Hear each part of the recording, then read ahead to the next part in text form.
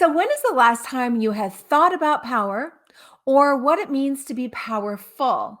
Well, today we are going to have this amazing conversation all about power, being in our power, being powerful, and what kind of an impact that actually can have in our lives. It's huge, it's gigantic, it's bigger than you probably ever think or have ever thought about, or maybe you've never even thought about it at all, which I think is a problem, which is why I think it's really important to have this conversation because we should all be striving to be in our power and to be powerful because we can all be that.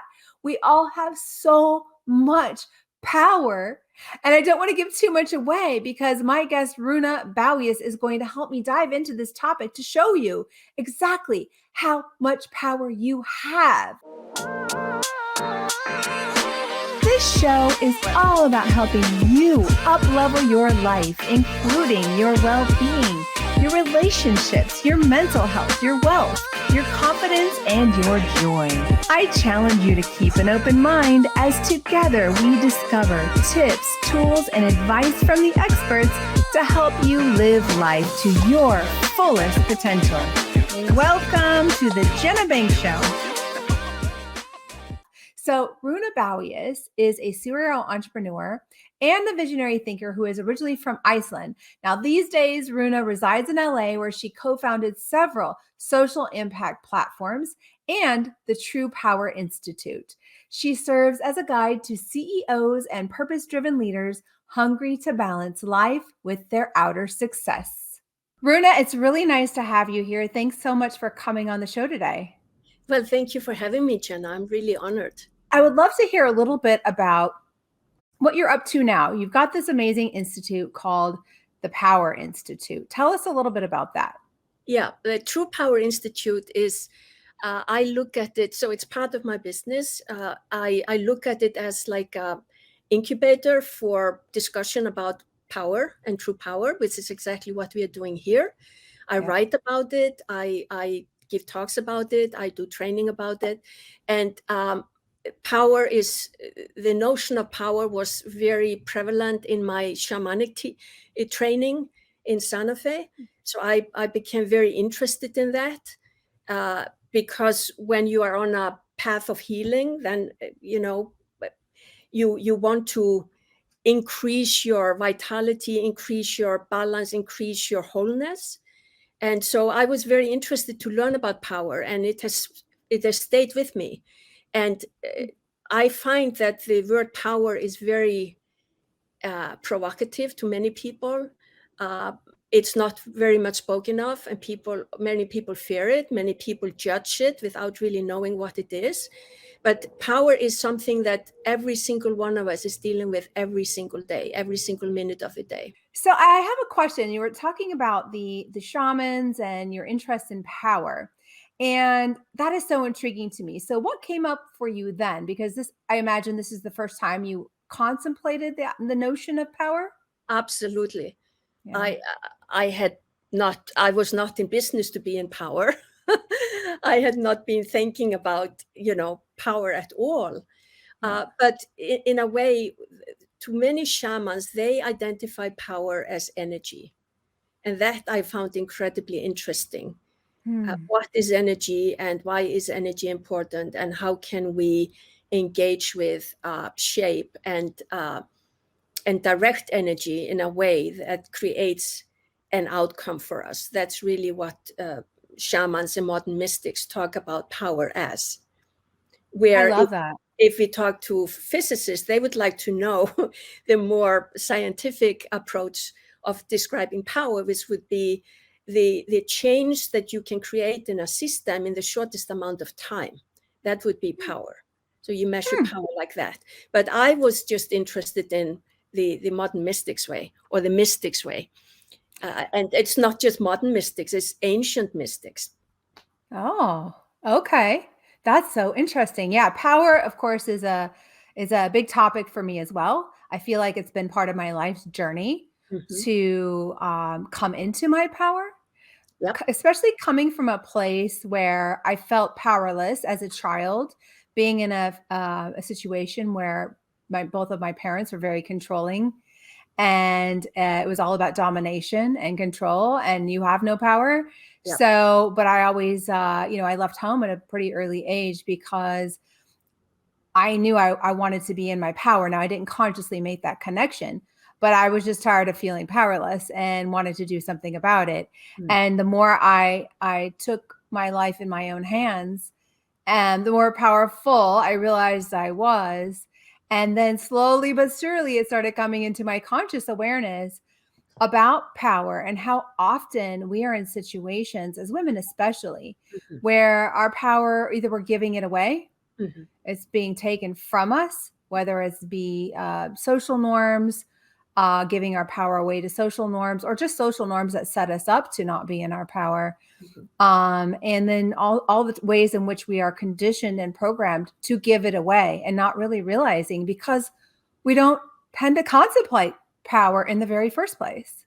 Well, and we might not even think that we deserve power. Mm. And what one of my teacher is a Native American woman, French Canadian, who lives in Chiapas, Mexico, and she talked very much about the era that we have been in over the last 5,000 years or 5,400 years, which she learned from the people that she trained with, which were shamans from different cultures. That the era of man, we have been in 5,400 years of the era of man, which is all about domination and control and patriarchy. Yes. And what interested me was that she said that around 1987, we started going into, as humanity, we start to evolve into a new era called the era of woman that will be ruling over the next 5,400 years. And I found this really interesting. And she said, and it's a huge paradigm shift, and it needs midwiving because when something older is dying out and something new is being birthed, there's a lot of shakeup, and I literally think that's what we are experiencing right now. And so just like you said, the feminine abilities, the feminine wisdom has been squished away, has been ridiculed, has been, women have been burnt on the stakes for voicing their truth. So that's why we see women rising today, stepping in and taking their power and say, we also have in a way, we also have the right to be here. And Yes. what this new era is really about, it's not just about women taking over, it is about partnership. It's about the partnership of women and men, masculine and feminine, which are energies we have both in men and women. Right. Yeah. So it's the partnership, it's the collaboration, it's the co-creation of a future that works for all. So do you think that we're moving into that, where it's not just the balance isn't tipped completely to the female energy, it's more of a balance between both? I think it's more of a balance. And I think it needs to be a balance because the extremes are never good. I think we want more peace, we want more harmony, we want more balance, we want more equality, we want more integration of everyone's uniqueness. I think that's where we are heading, but it doesn't look like that really today. With the polarity we are facing, but I want to believe that that's where we are headed. And I made a conscious commitment during my time in Santa Fe training with these people, and particularly with my Native American teacher. I made a commitment to myself to be a part of bridging that gap of where we have been and where we are going. And it's going to take more than I can do in my lifetime. This is, hundreds of years, a process that takes a long, long time. But while I'm here, I want to contribute in the best possible way that I can do with what I have as gifts and talents. So I that's love that. really what I'm doing. That's amazing. So True Power Institute is your focus. And I imagine it's continuing to evolve as you go down this journey. Absolutely. I was really excited to have this conversation with you today because I don't think I've ever had a conversation with anyone about power like this, maybe in passing, but it's just not one of those subjects that really gets discussed, especially amongst women. I think that through the research I've done, most of us, tend to shy away from the idea of power. And I'm talking about the general population here, not women who are in powerful positions who already learned to embrace power. But for the rest of us, I feel like power seems like something we don't want because of this masculine energy way of looking at things, right? Power in the past has meant dominating, controlling others, which is Right. that masculine energy that you're talking about. Yeah. So to bring that idea of power, that notion of power, and that it is important Mm-hmm. and that we should want power, Yeah. how should we be thinking about power? Well, I would be, because you mentioned that so many people uh, think that power is all about the masculine and the dominance. In fact, power is neutral. Mm. It's not bad. It's not bad or good. It's just neutral. It's Yeah. energy. But what we do with that energy, how we manipulate that energy, determines how the power is received on the Mm. outside. All power comes from within, but then it is reflected in the outer world. So, for instance, in leadership, we talk a lot about bad bosses or toxic leadership today, and what is that? That's often people who are not using power very consciously. Mm. Why? Maybe because no one taught them, because this is not something that's taught in school. Right. And so people just do what has always been done. Let's, control and manage and all that stuff. But I think we are moving towards understanding that power is something we need to evolve and to grow as human beings. And we all want to grow. Think of a seed of a tree that you plant. Would you want that seed not to grow? No. Would you not give it water? Would you not give it, nourishment? You want Yeah. that tree to thrive. So Mm. that's also, I think, a huge internal need for all of us humans. We want to thrive, and to Mm-hmm. thrive, we need power. It's just like to run a car. We need gas. It's what gets us from here to there. I It's like it's the analogy of the battery. If you think about it as a mobile phone, Yeah, you have a battery in there, and you wouldn't imagine not charging that up at the end of every day, right? that's exactly it. It's similar, right? Yeah. So you need to make sure that you are charging up that internal power battery of Yeah, yours, yeah. and so that you are in your power. And so I found I'd love to pass this by you because we are having a live conversation in real time about our individual ideas about power and how they come together. So I would like to share with you my concepts on power Mhm, and in my framework. So using that battery analogy, there are ways in which we drain our power, mhm, and there's ways that we can charge up. So, for example, some of the drains that I've found are not protecting our boundaries, the mhm. boundaries to our battery, right? If we're letting everyone come in and tap that battery and say, hey, can I charge up too? And you're like, sure, you could plug into my battery, and you're just draining it and not protecting enough of that energy for yourself, then that's a major drain. And so being cautious about where our energy is leaking or where we're spending our energy, I think is really important. Mhm. And so boundaries like, nope, I'm not going to give you my energy right now. I need to conserve this for myself. So Mhm. saying no to things you really want to say no to because you'd rather say yes to something for yourself Yeah. is an example of that. Or just somebody getting you to do things you don't really want to do. Say yes, yeah, just in general, even just give you their time or your time and attention when that's something you'd really rather not be doing, and not protecting that energy of yours. So I think that's important. But number two, charging up. So making time for ourselves to practice self-care Mhm. is a way I found to charge up my internal battery is, spending time meditating, journaling, out in nature. That works. But also even just small things through the day, like going for a walk on a sunny day, listening to music, just things that I enjoy, doing the things that give me a charge. And I feel like that fills up or charges up my internal battery. Yeah. Does that resonate with you in any way? Absolutely, Okay. absolutely. And we could put it all onto self-care if we want, or Mm. into keeping our balance. And what comes to me as you say that is also, you mentioned where we leak energy, where we give our energy away. But Mm. then you have mentioned a lot of things that we can do to charge our energy.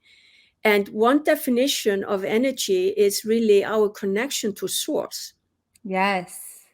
to spirit, to whatever we want to call. Consciousness is another good way. So consciousness is like we are all consciousness. Mm. So, but the bigger, we could say, the bigger tent of consciousness is something we can plug into Mm. as a power source. And some people call consciousness source God, Yeah, right? It's all absolutely. the same thing, all the same thing. Allah, Mhm. Buddha, the Tao, Mm. it's just different names for the same thing, Mhm. which is that creative energy that we all come from and we all are. And Love that you say that. Creative energy that we all come from and we all are. yeah, Yeah, we're all part of it. we are all part of it. And I think that is something that a lot of people don't realize, that Mm. we are source, that we are that creative energy. You know Because what? I'm glad yes, you're mentioning that, Runa, and sorry to cut you off there, but I think that's so important because here we are getting back into power when we talk about how certain religions teach us that this is all outside of us, mhm, that God, all whatever, Buddha, all of these things are outside of us. And therefore, we must go to this outside source yeah, to connect with this other outside source to then get that connection. When in reality, you're saying we are all part of it. we are all part of it. Mm-hmm. It just takes it home. So I have been known to say, I am power, and so are you. You are power. Mm. And some people might think that's, blasphemy to say something like that. But I truly believe that that is who we are. And the more we start to understand who we are and Mm. why we are here, the Right. more I think we are able to claim that power that is there for our use. And so why would we want to have that power? I mentioned we want to grow and we want to evolve. And as we are here in human form, maybe we want to contribute. Maybe we want to be of service, not only to ourselves and to our family, but maybe to our community or to the bigger world. And to do that, we need power. Yes, we need power. We need the energy to be able to move outside or beyond survival, providing for our family, all the things that we have to do in our everyday life. You're going to need extra energy, extra power to go beyond that and serve, as you mentioned, Yeah, our communities and the world in greater ways. I know so many people want to help in the way of healing the planet and serve in many other ways. Those are big things. huge thing. And it takes a lot of energy, a lot of power to be able to contribute at that level. Yeah, So I think that focusing on power and actually integrating practices in which we can conserve power and grow our power is super important. I think that is the number one key. We talk a lot about burnout and overwhelm in the workplace today. I Yes. hear that if I talk to leaders, uh, not only the top leaders, but managers or people in general. And the great resignation that we have been experiencing since COVID time is a good example of that. We now call it, what is it? The conscious, there's starting to be other words for it. But people are literally leaving the corporate world because they feel that they are not being supported in being who they are and holding on to their power. So they are to be able to do what the corporate wants them to do. They are depleting their power. They're depleting Mm. their energy, and they can only do it for so long until they become sick. They burn out. and then they have to maybe go on a sick leave and go on a healing journey. So what if we were more conscious of how we care for ourselves first and foremost, but also as leaders in organizations, how we care for our people. Yeah. A culture of caring is really what I think we need. Yeah. Can you talk about that a little bit more? Because I know this is some of the work that you're doing with corporate leaders today. Yeah. So the organizations have very much been focused on the bottom line, the profit, for maximizing shareholders' value through increasing profit. And that means that they try to have as high productivity and effectiveness as possible. So they are pushing their people to the limit to do more. And often, if there are times like this where there are layouts, the people that are left have just had to take on other jobs. Right. So there's been asking for more and more and more of people. What's missing in this equation is what we talk about when we start talking about multiple bottom line is, yes, profit is important, but that needs to be a byproduct from a healthy ecosystem of culture that comes from that we take care of our people. We take care of all of our stakeholders. That also means our suppliers, our customers, our community, and our environment. So we start to care about more than just the bottom line. That's really what I think is needed. But unfortunately, most companies are not there yet. But there is a movement called various names: conscious capitalism, integrated capitalism, regenerated capitalism. There are many different initiatives working on this that are trying to bring more of the human aspect, human-centric aspect, into the culture of companies, so people can be there and contribute without burning out. So they help them to stay in thriving in the workplace. That's it. And that's what the show is all about, is helping people thrive and live to their full potential. Yeah. And we should, as individuals, want that. And companies should want that for their employees as well, because thriving people equate to a thriving company, I would imagine. Yeah, absolutely.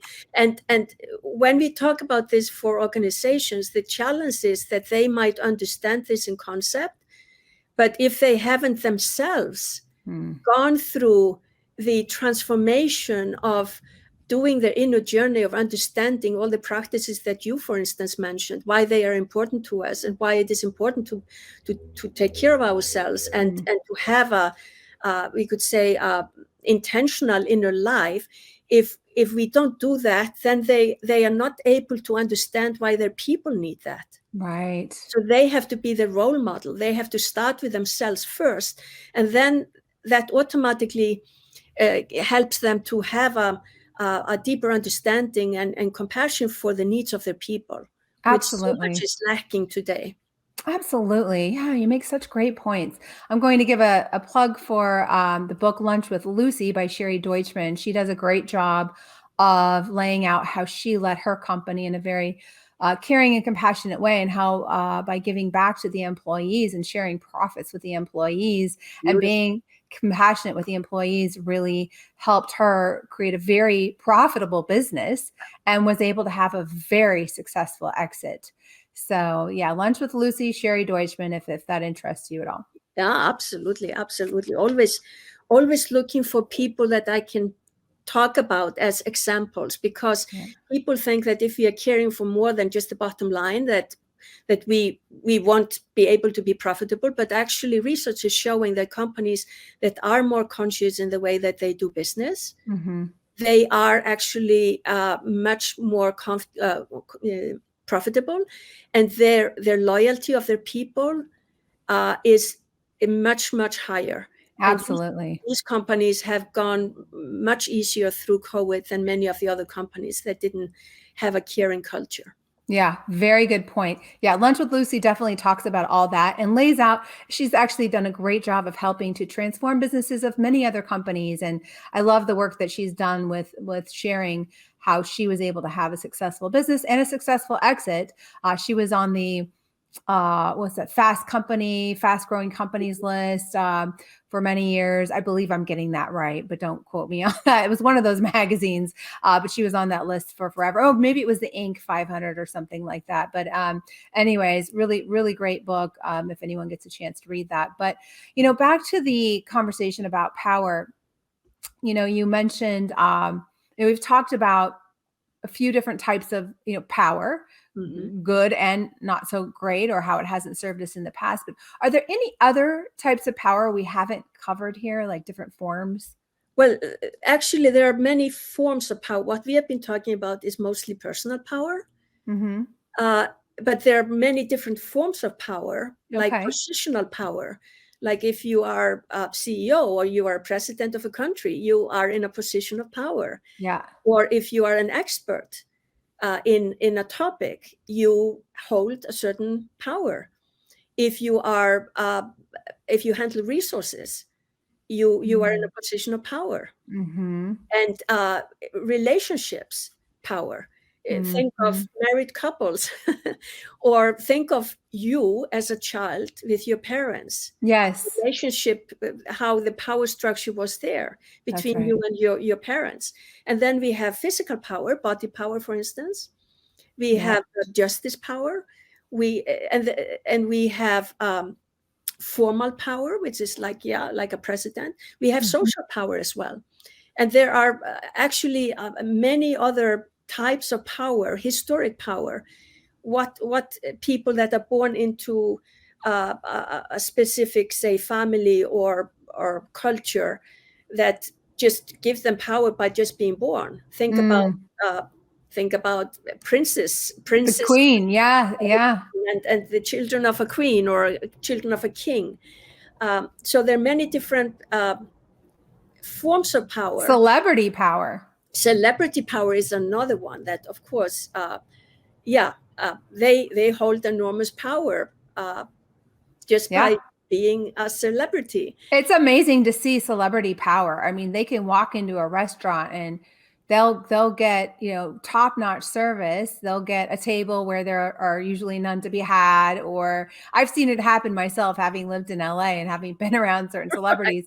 You'll see they get treated differently. They have an instant sense of power. There's something about celebrity that makes people treat you different. Yeah, yeah. Yeah.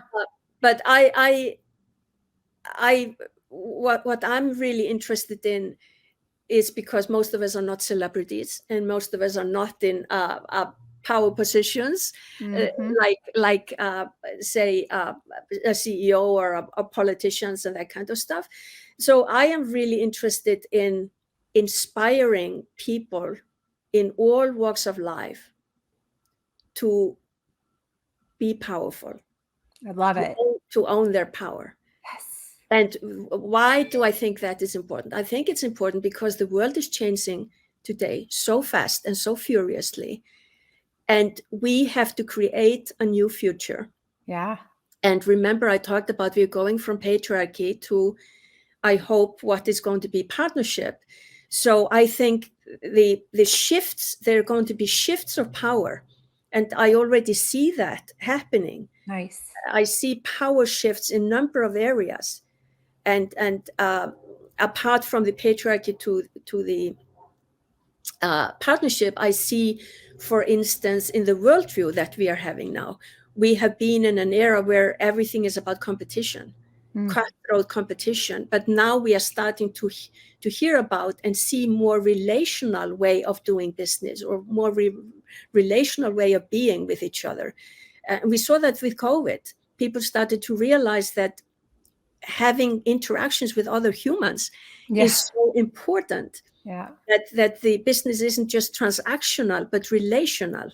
We're Mm. going from it's all about me and mine to it's about us, it's about we. Yeah. So that's one area where I see this shift in the business arena, in the workplace. It's not as spread out as I would like to see it, but like you talked about, Lucy, people, we are going away from power over to power to or power with. I love that. Okay. We're going from power over to power to or power with. Yeah. Yeah. We are empowering the people in our organization or in our community Mm. to work together in partnership to co-create new solutions for the existing problems. And we are empowering the individual to be part of that. So the power to is to the individual, and then Mm-hmm. power with is we are empowering groups of people. Mm. Say we are giving more power to the people on our team. We are giving them autonomy. I did that too, by the way, when I ran my company. I always empowered my people Yeah, because they're much more likely to stay loyal. Number one, because they do feel empowered to make certain decisions, and they also feel a sense of responsibility. Right? You've given them power to have responsibility to affect the company in the way in which is under their job description. yeah. And when you let them do their thing, they then have this responsibility that makes them feel a little more powerful. They Well, realize, it also gives them a feeling of meaning and fulfillment, that what yes. they are doing really means something to the company. So, Runa, how does being in your power, how does it feel? Because I know how it feels for me, and I'm happy to talk about that. But just when you think about empowering people and someone going from not feeling really powerful to the difference between that and feeling powerful, what should that feel like? Quiet, calm. Interesting. To me, it doesn't feel like, power like this. Yeah. It feels, to me, it feels much more like a presence, like a Mm. quiet presence. So Like, good. yeah, Yeah. like people are in comfort with themselves. There is no conflict. They are in neutrality. They just are. You mentioned a presence. I love that. I know when I started coming into my power and just that calm presence that you mentioned, um, it affects people in a good way. You walk into a room and you are treated with respect. You are treated differently because of your presence. So, how you show up in your power, and it has nothing to do with money, status, or any of these other types of power that you mentioned, hierarchy, whatnot. Right. No one has to know you, but your powerful presence can be felt when you step in a room. So, it is energy, it is power, and it can be felt by you and others. And that, to me, I think is the most important. And that is something that no one can ever take away from you. That's right. That makes it very secure power because if your power is based on something outside of yourself, the money, the position that you have at work, the things that you have, the big house you live in, all those things, if anything happens to take any of that away, or you even worry about that ever going away, it creates a sense of insecurity, no? Absolutely, absolutely. That takes you out of balance. Hmm. It takes you out of balance, and I think, why not aim for being in wholeness? Yeah. That's really the ultimate goal. Yeah. And what I learned about the medicine wheel in the shamanic tradition is that there are four directions, and then there is the center. Hmm. And the idea is to work towards being in the center as much as possible, which is the wholeness, which is the power. Mm. Mm. That's amazing. What a beautiful way to look at power.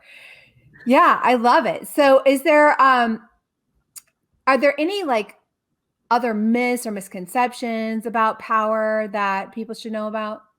Yeah. One is, I think we might have mentioned it in the beginning, that people have the misconception that power is dangerous, Mhm. power is bad, that Mm. power is something to avoid, that they could literally be harmed by power. So they just avoid that. Yeah. And of course, again, power is neutral. What you do with the power determines whether it becomes good or bad. So I really I really advocate for that leaders become or take up the practice of conscious leadership, so they can learn how to wield their power wisely and in a Mm. positive way. That's really good. So there's so many different ways to look at power, but here today in this conversation, I think there's a couple kinds of power we could really focus on. Number one, if you are in a position of power, what are you doing with that power? That's right. And number two, personally integrating this notion of power and being powerful into our lives and starting to become consciously aware of our power and have the goal, an intention of being powerful. Absolutely. Yeah. Absolutely. And another misconception is that people think that everyone else has power, but they don't. But the fact is, we are all children of God, or we are all God, if you want to go Yeah. take it there, or all Yeah. spirit, Yeah. consciousness. So we all have the same power. Oh, that's a great way to look at it. Yes. We just have lost connection to it. We have lost Yeah. access to it. It's just we haven't been taught about it, so we don't realize that we have that within us.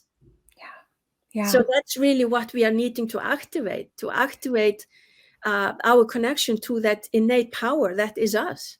Yeah. Look at all the things that have caused us to be disconnected from our power. Dogmas, religions, all these, this dominating masculine last 5,000 years of culture where we have to give our power to whoever's in dominant control. All these things have disconnected us from our power. We have lost touch with it over thousands of years. That's right. And so it's time for us to make the shift and reconnect to our power. Right. That is always part of us. It has nothing to do with taking anything away from anyone else. Yep. Has nothing to do with having power over anybody else. It has to do with just connecting with our own power, which, as you said, is neutral. What we do with it is what matters. Yeah, absolutely. And that to me is really the practice for leaders. I look at leadership as a practice.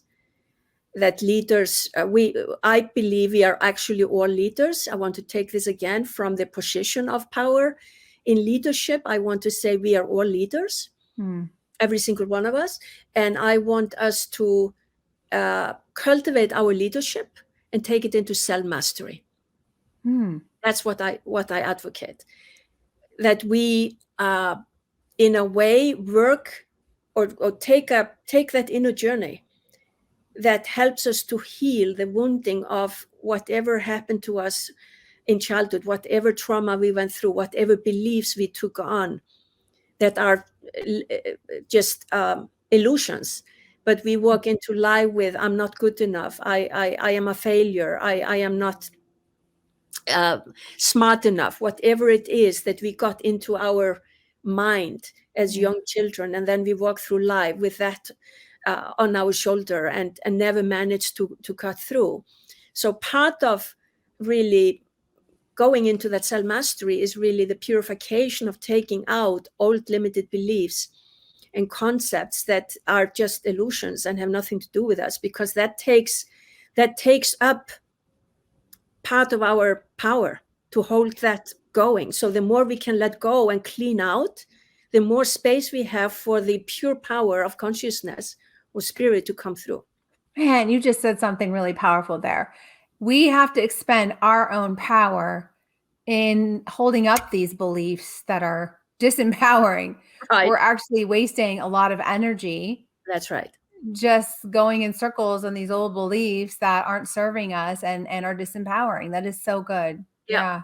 And that is what, when people feel that they are in overwhelm, there's a lot of that is really beliefs about how they hold the situation.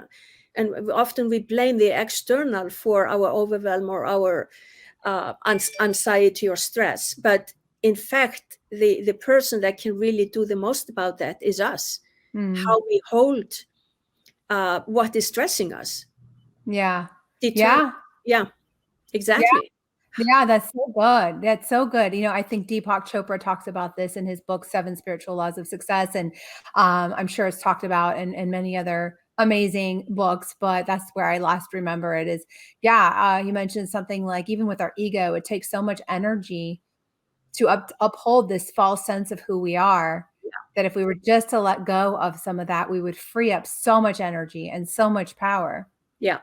Mm. And talking about the personality or the ego, I am of the mind that we absolutely need the ego.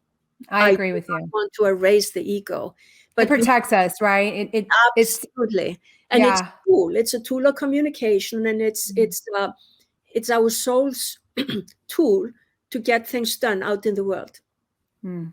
But we need to make sure that the ego isn't wounded, isn't still in that childhood wounding Mm. and acting from that place. We need to heal the ego so it can be strong and vibrant, so that it can literally do the job for us here in the physical world.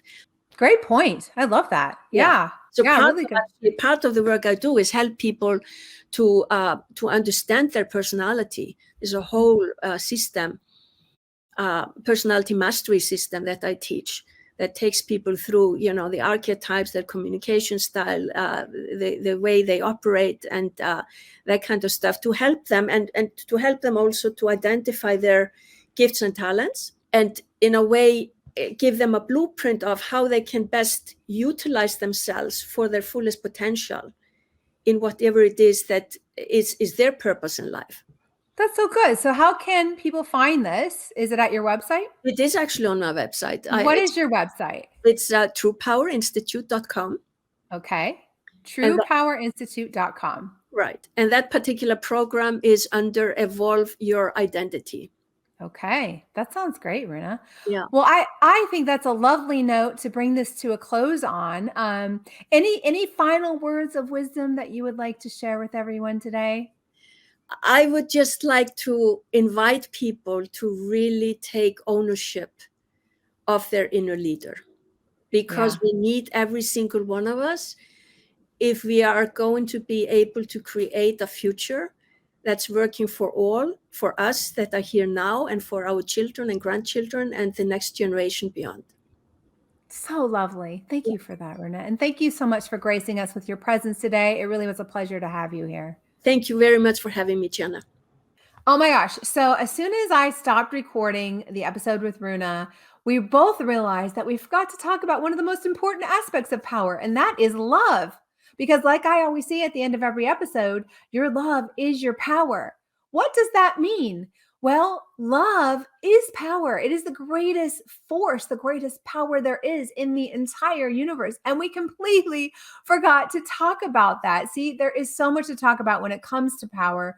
Who knew? So I am going to just take over this part of the conversation myself and kind of highlight what that means. And actually, to start this off, I'm going to first refer to a letter that was written by Albert Einstein himself on the topic. Now, this he wrote at the later end of his life, or at the tail end of his life. He wrote it as a letter to his daughter. And so I am just going to read right from the letter. He says, "There is an extremely powerful force that so far science has not found a formal explanation to. It is a force that includes and governs all others, and is even behind any phenomena operating in the universe, and has not yet been identified by us. This universal force is love. When scientists looked for a unified theory of the universe, they forgot the most powerful, unseen force. Love is light that enlightens those who give it and receive it. Love is gravity because it makes some people feel attracted to others. Love is power because it multiplies the best we have and allows humanity not to be extinguished in their blind selfishness. Love unfolds and reveals. For love, we live and die. Love is God, and God is love." How powerful is that? Right from the words, the mouth of Albert Einstein. You know, I just love this topic so, so much. Let's think about that for a second. My book I wrote, I Love Me More, is all about self-love. And the reason why I think it was important to write about self-love, and as I talk about in the book, love is power. Your love is your power. We need to be powerful. And in order to be powerful, we need to love ourselves, because that love generates power within. It's energy. It fills us up. It charges us up. And when we're full of our own love, guess what we have to give to everybody else? That's right. More love, more power. And we also get to power up projects that we're, passions and things that we're interested in with our energy, with our love. We need that energy to be able to do the things that we're supposed to be doing in this world, to be in our purpose. We need that love. Love is what makes the world go round. Love is all there is. There's countless songs. In fact, I think there's over 60% or more of the songs, all the songs that are written about love. That shows you how powerful love is. So, and I might be wrong on that stat. I think it's actually a lot higher than that, but I know it is. Most of the songs that we have out in the world today are about love. Why is that? And as Einstein said, for love we live and die. Man, love is such an amazing power. But when you think about what charges us up and caring for ourselves, what is that what we're doing? We're giving love to ourselves. What is it that we do when we love something and we create a company out of it? That love energizes a whole business, and then people are drawn to it and it helps other people. That love is what powers all that up. Our love powers up our families. Our love powers up our communities. Our love and our attention powers every single thing. When you think about it, it powers up our political systems. If we took all of our love and our energy and our power away from imagine Democrats and Republicans. If the Democrats didn't have any more love and attention from people who considered themselves Democrats and faithful Democrats, or the same with Republicans, what would happen to the parties? They would disintegrate and disappear. These things need our power, our love, our attention in order to be powerful. But keep in mind, as Runa said, that power is ours. We are powerful. We are source. It all comes from us. We own that. There's no outside thing controlling that. That's ours.